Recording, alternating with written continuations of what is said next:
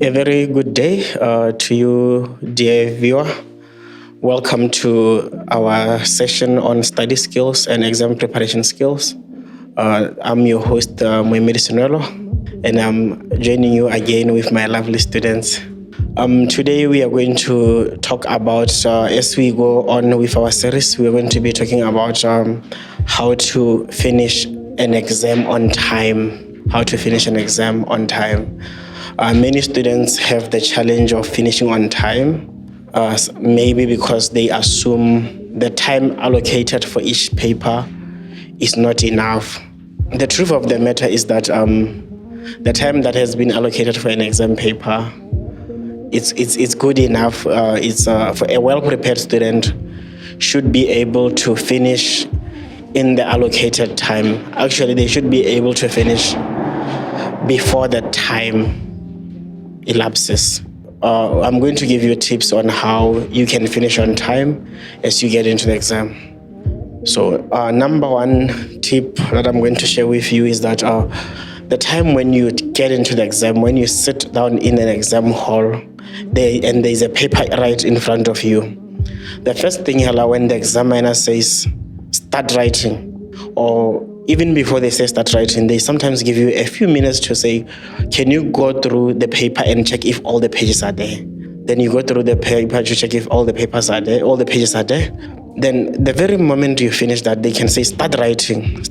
And instead of trying to attempt the first question, you can just take the first few minutes, 1, 2, 3 minutes of your time and look at the questions. Just try to look at the questions and see which topics, which questions have been said. You browse through the exam paper to see what is it that came out in this exam, so that if you see a topic that you are sure, if you see a question that you are sure of the answer, you mark it with a pencil. So as you see topics that you are sure that this one I know the answer, this one I know the answer, you mark them with a pencil. And then this will allow you to do the next step, which is number 2, when you start writing, you start with the easiest questions first. Number 2 is that you start with the easiest questions first. And we say they are the easiest questions, not because they are easy, but because they are those questions that you are well prepared for. They are those questions that you have revised many times.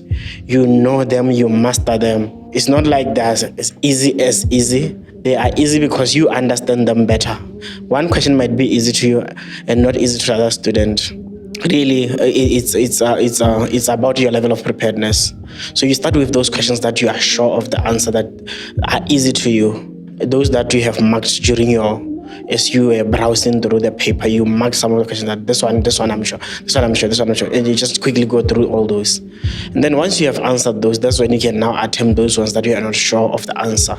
So you would have saved a lot of time that you could have wasted, maybe being stuck in a question that you don't know the answer, that you are not sure of the answer, that you are struggling to get the answer. So, and then number 3, think through your answers. Think your answers before you write them. Sometimes you construct the sentences in your mind first before you write them down. Because sometimes you make a mistake of just shooting straight to writing, and then you realize I made a mistake. I defined something that is different from what was asked for. But sometimes you can confuse these definitions, these descriptions. So you have to think your answers through. Look at the question. Sometimes you make a mistake of answering the question that is not said. The question is saying this, you are answering it the examiner was asking for. So I'll read the question and understand it and think through the answer before you write it down. And then number 4, avoid taking breaks during an exam. Avoid taking breaks during an exam. I think one thing that can cause you to take breaks is having drank a lot of water before an exam, and then you have the pressure to go to the toilet, to go and release. So just avoid taking a lot of water, at least an hour before the exam. Just take a bit, and then you get into the exam, you write, you'll be sure that you won't have any pressure to go to the toilet. So avoid taking breaks. And then keep a close eye on the watch. Keep a close eye on the watch. Get a stopwatch. Get a stopwatch on your wrist. If you don't have a stopwatch, don't worry, it's not a problem. There's always going to be a clock at the board.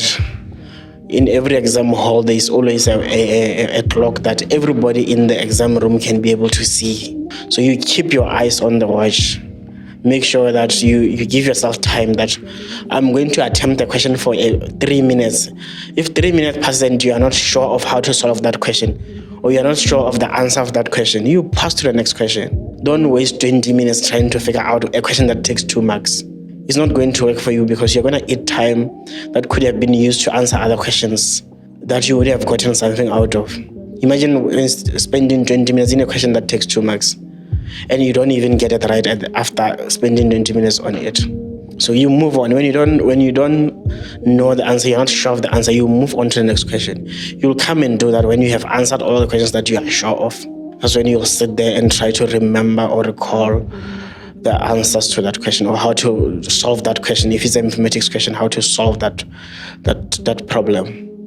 And then get a good sleep the night before an exam. Get a good sleep. Sometimes we can say, since I'm writing an exam, I'm going to sleep at 3 a.m. That's not a good idea. Sleeping at 3 a.m. the day before you are writing an exam. Like you'll sleep at 3 a.m. and then you are going to wake up at 6 and go to the exam, which started at 8. It's not a good idea. So try to sleep as early as possible. I've been engaged in football recently. When a game is on Saturday, they practice Monday to Thursday very hard. Like the hardest training is Monday to Thursday. Then on Friday, a day before they play the game, they don't practice that hard. They just do a light practice. Then they go for the game. Because if you can do a hard practice the day before, you are likely to injure yourselves and not play in the game. So they just do light so that they can be ready for the game. So even with studying, it's the same thing. You practice hard all the days. Practice hard, you study hard, you revise very hard. Then the night before, you just go through your summary notes, you just go through your flashcards, you just go through quick revision, nothing complicated. You don't do as hard as you did some weeks before, or when there was ample time before. You don't do that because you're likely to confuse yourself. You are likely to cause yourself to get into a panic mode. Practice with as many past papers as possible. Practice with as many past exam papers as possible. I told you, like, if you didn't prepare enough for an exam, one of the ways that you can do, you say, okay, I didn't prepare, I'm late, the exam is already here, and I don't know what to do. You can just get past exam papers and do them over and over again. Try to find as many as you can and do them. I'm telling you the truth. You are going to increase your chance of passing. Your chances of passing are going to increase very much, because past exam papers will give you an idea of how exam questions comes out. And some of the questions that you're going to go through are actually going to come out the same way, or the same patterns, the same format. So if you go through as many past exam papers as possible, you're going to increase your chances of succeeding in an exam by a very high percentage. So that is I'll call it a hack. If you are not prepared and you don't know what to do, go for past papers. Forget about everything else. Just make sure that you do them. You understand how to do each and every question that you're going to meet in that past paper. There is no way you can fail with that method.